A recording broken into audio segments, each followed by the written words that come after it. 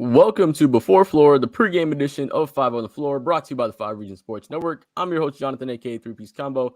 I'm joined by a regular cast crew, Mr. Mateo Mayorga, Mr. Tim May, joining us down from Down Under. Now, as always, if you guys are watching live, make sure you guys like the video, make sure you guys subscribe. And today we got a pretty, important game coming up. Miami coming up off a tough loss against the Dallas Mavericks, taking on the New Orleans Pelicans, missing some of their key guys. But now Miami needs to get back on track. So we will talk about kind of where Miami is at the season. I kind of want to get a temperature check from where you guys feel for that. Before we do that, we want to make sure we shout out our main sponsor, Mr. MarkBrownPA.com. What he's going to do for you, he's going to make sure that if you're young and with the family and you want to make sure your assets go to the right people, he's going to make sure that's taken care of for you. He'll give you a free consultation if you visit MarkBrownPA.com or call him at 954-866-8513. He's down in North Lauderdale, so he services the entire area, and he's a Heat fan. So make sure you guys give him your business and not a Lakers fan or a Pelicans fan, right? Make sure you guys support our fellow Heat fans. Like I said, go to markbrownpa.com or give him a call, 954-866-8513.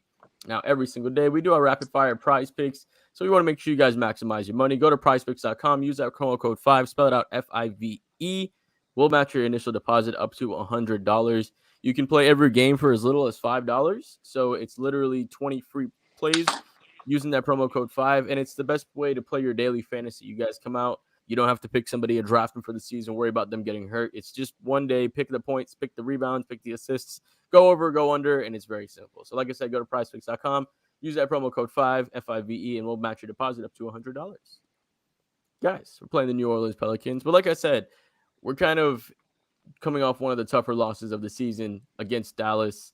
And it seems like every time this team is taking a couple steps forward or the team seems to be getting some momentum, it seems like they just go back to old habits that we saw during the beginning of the season where they weren't playing as well as we wanted them to, right? Obviously, we've seen steps from guys like Tyler Hero and Bam Adebayo, but those steps aren't enough, right? We thought maybe that would be enough coming into the season, is getting that leap from Bam, getting that leap from Hero. And both those guys are playing phenomenally well, but this team still doesn't have it enough, right? They don't have enough to be able to compete at the highest level. It could be for a championship right now, in my opinion. And I want to get your guys' opinion on what you feel, or maybe kind of like a temperature check where the Heat are at right now. Timmy, what are you feeling about the Heat right now as a team? What do you feel are maybe some changes that need to be made, or what's really going wrong with this team right now?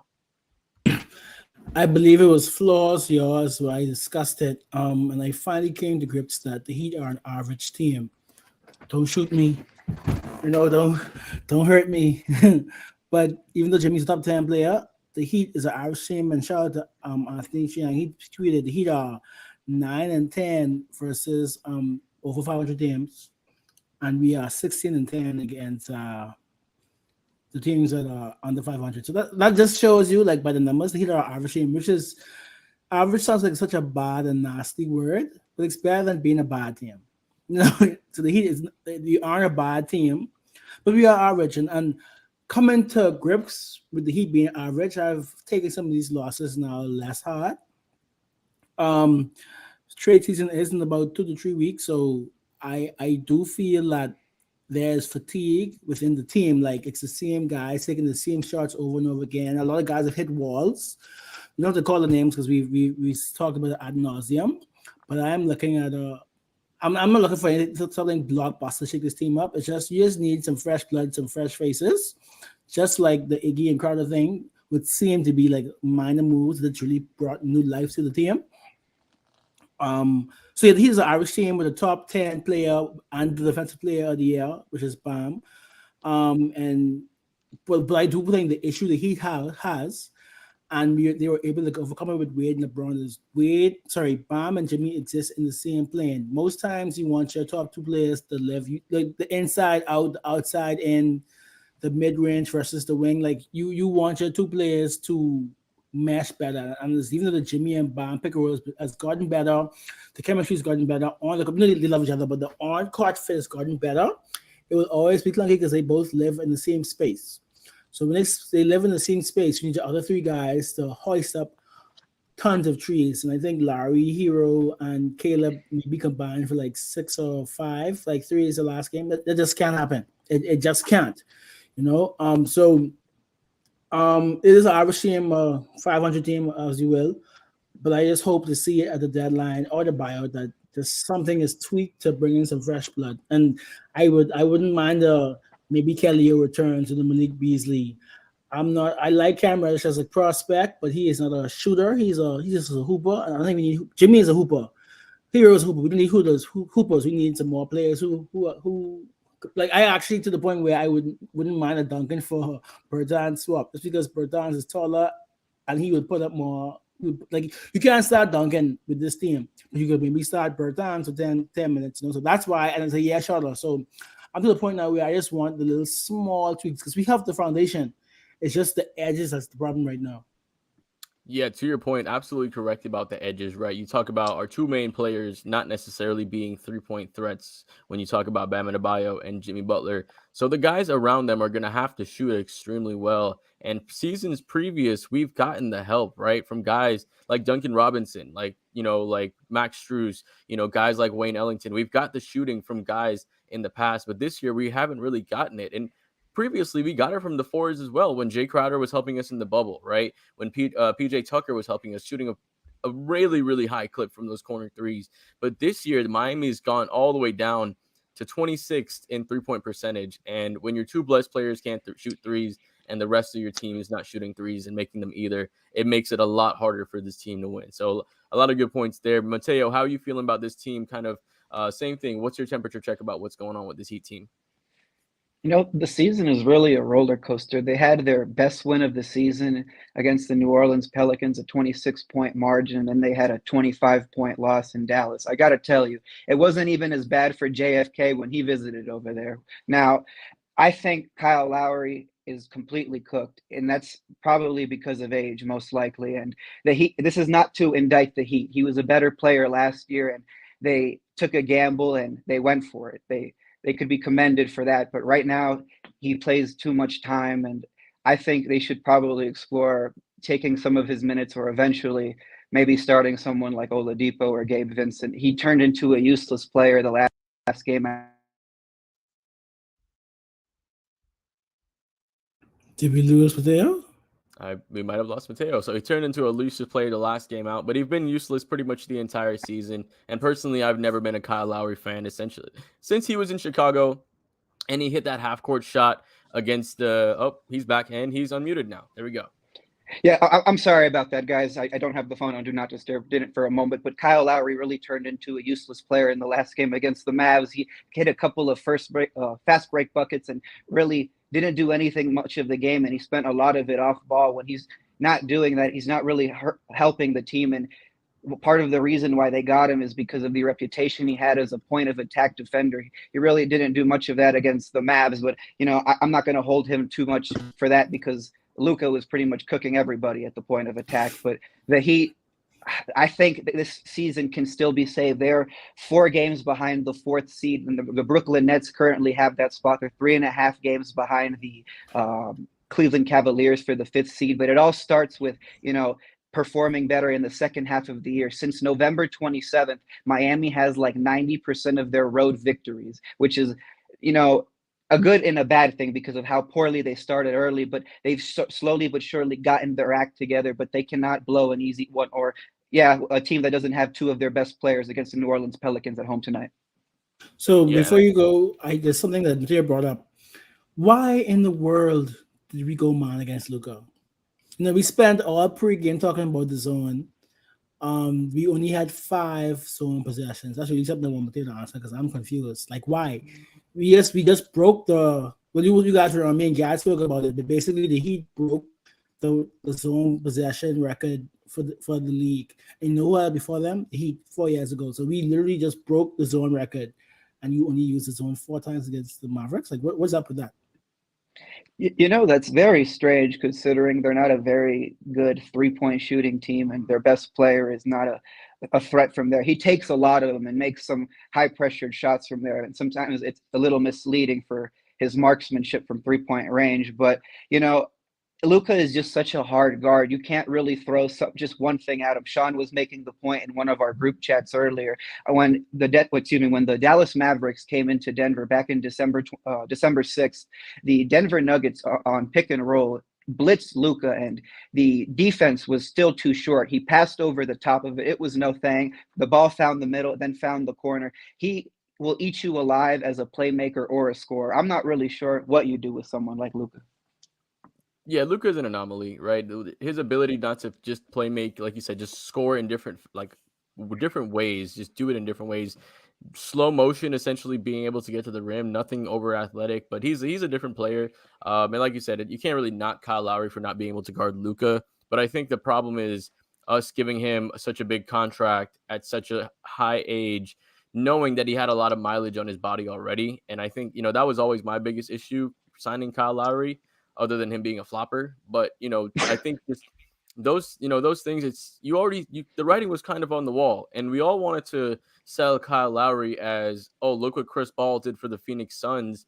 But Kyle Lowry was never Chris Paul. Like, at the end of the day, he wasn't going to do that to this Miami team. And sure, maybe this Miami team needed a little bit less of a push than the Phoenix Suns without Chris Paul did, but that still wasn't enough to get us over the top. And I don't think that he emulated the CP3 thing that we might have saw and influenced us to sign him in that contract that year. But let's get to tonight's game. Let's get to the Pelicans, right? They played against Orlando on Friday. I was able to cover that game, and the Pelicans actually were able to play very well for the first three quarters. They scored over 30 in the first three quarters, but in that fourth quarter, that's when the Magic kind of was able to get everything going. But the Pelicans did really well. Jonas Valanciunas, I mean, he's a guy that I've always loved because, fantasy-wise, that boy is money on fantasy. But Jonas Valanciunas is one of those guys that he is able to do it from multiple. He's a good inside threat. He's able to do that little turnaround mid-range jumper, and he also is able to shoot from three. And he's a great offensive rebounder as well. So he's a good threat in the paint. Of course, they have CJ McCollum. You guys talked about the multitude of other players outside of that as well. Going into this game, Mateo, obviously we've faced them recently and now facing them again coming up tonight. What adjustments do you expect the Pelicans to make coming into tonight from their blowout last time versus Miami? Well, I think they're going to run more of their offense through Jonas Valanciunas in the second half. He only had 5 field goal attempts last Wednesday against Miami, and he made all of those. I expect them to run a lot of dribble handoff action at the elbows and the post, and for him to try to use his back to the basket against a smaller Heat player to try to bring in the help of an extra defender. I don't think the New Orleans Pelicans will miss all 10 of their mid-range shots like they did against Miami. CJ McCollum will probably hit a few or a couple when wrapping around a screen and momentarily seeing the drop coverage. Trey Murphy was also 1 for 6 in that game. I think he will do a better job of hitting shots when they swing to him off dribble penetration. But defensively, I don't think they're going to be very good defending the paint. They're not one of their. That's not really one of their fortes. They use their length to really shut down the perimeter or play better on that end of the floor. But really, I think it all flows through Jonas Valanciunas tonight in the last 24 minutes. Absolutely. I think, like you said, we both agree with Jonas. He's just such a talented player, and I don't think he gets maybe the respect he deserves because he isn't the flashiest guy, but the dude is a solid player when it comes down to it. Timmy, we talked a little bit about the 3-point the shooting percentage of Miami, and they have not been doing a very good job of making the three lately. Brady posted this stat, so I want to give him the credit. In January, there's only 5 teams that have yet to hit 100 threes. Wizards, Magic, Spurs, Suns, and Miami, all those teams being 10th or worst in their respective conferences. So Miami is not shooting the three well at all.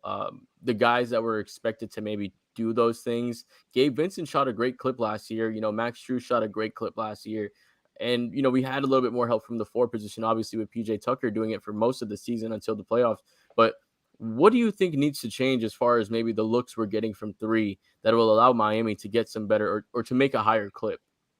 Like I said earlier, it's the guys. Like we are maxed out, and we're the Strus. We are maxed out at what spoke could stretch out of these guys. I said last pre-game before last. Strus and Gabe have played monstrous minutes. Like they have not played this much basketball ever in their life. The legs are gone. It's just that we need guys who are I don't like to say it like this, but they were undrafted for a reason. Like they had physical limitations, whether it be athletic ability or they were injured. We remember the truths that are horrible in the injury, and even though he's serviceable, he is not what he was when he was a prospect. Gabe has dealt with this knee irritation for almost a year now. Like we are getting what we can out of these guys. There are other players in the league who are ranked higher than them for a reason. Like like they might either be more naturally gifted, more athletic. We've gotten what we could get out of these guys, and we just need to shuffle the deck. That's really what it is. I mean, I agree with you that I think it's going to be a tough one, or to be able to make those changes just because they've been getting some solid looks. Like it's not like all the looks have been getting bad. Like they've been doing a solid job of creating some looks, and there have games where they make a good amount of threes, but it's just not consistent enough for them. So let's get into the prize picks. We're 15 minutes deep. Talked a lot about where the team is at. Mateo, let's get into our prize picks. Obviously Miami playing the Pelicans tonight. Let me see what is going on with the prize picks. So we have Bam Adebayo. He is over 21.5 points. What are you feeling about that one on that scoring? I'm definitely taking the over. I think he had 26 the last time he saw this team, and there were moments where he ate alive the drop coverage. So I think he's going to play very well tonight. I think he's going to be very active on rim runs and also on putbacks. So I'm going to go with Bam on the over. Kind of a layup here, Timmy. We got Kyle Lowry on 8.5 points. Taking the over on that one. You're going to go over? Going under. My man. So we got over on the Bam points, under on the Kyle points. We have Tyler Hero on 3-point shots made, 2.5. I'm going to go over on that. Tyler likes getting his volume up from 3. He's been doing that this season, probably shooting, I would say around 8 threes a game when he's healthy. But he's been getting some volume up from deep. So I'm going to say he's going to be able to get more than 2.5 threes. So that's our prize picks for the day. Mateo, kick us off with predictions and give us a key to the night's game. The Heat did get waxed by 25 in their last game, but they have been playing a lot better at home. Of their last 7 in their building, they have won 5. And I think there is still some hope in this season for them. I'm not sure if Tyler will have the most efficient 3-point shot. I do think he will hit more than 2. But Herb Jones is playing tonight. I know how much Tim A loves him and how much problems he creates on the defensive side. But I'm going to go with a Heat win tonight. I think they have something to prove tonight after getting embarrassed on national TV on Friday night. Timmy? Yeah, it's hard to beat a team back to back, especially in like a 3-day span. These are professional players. They could scout. They do get Herb Jones back, who is just a wonderful defender. His length, his athleticism, the tips, the blocks, the steals.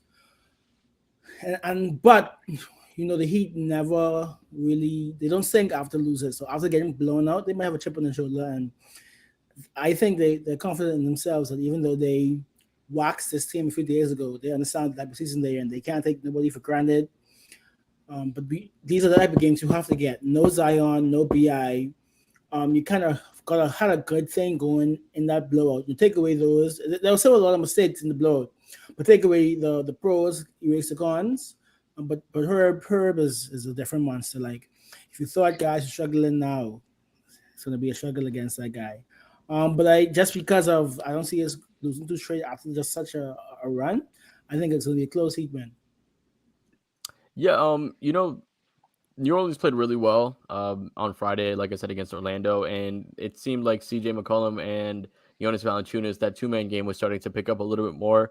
I do think it's going to be a closer game, but I think when it comes down to it, I think Miami, just on the top end, the talent-wise, they have a little bit more, right? I think they're going to be able, just like you said, without Brandon Ingram and without Zion, they don't have those guys that can release the pressure from CJ McCollum, and he is a talented scorer. But he's like Tyler Hero, right? He's a tough shot maker. So he has, sometimes he'll make those tough shots and sometimes he won't. So it's really, it'll be a lot harder to have a guy like him where he has to make those tough shots instead of a guy like Brandon Ingram who could kind of create more easy shots for himself. So I do think Miami gets it done. I think that we'll we're able to kind of get a better, obviously can't really do much worse than the performances on a Friday, but we'll do better than that one. I think we'll be able to get the win, like I said, on the top end of the talent.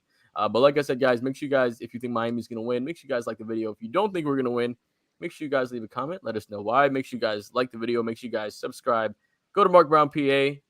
Now give him a call, 954-866-8513. Use the promo code 5. Make sure you guys get your prize pick money. This is Mike Hyoger. Let's go Heat. Oh, let's go! You're just not going to play well. There are some days where you're just going to get beat. There's some days you're just going to get beat convincingly, sometimes.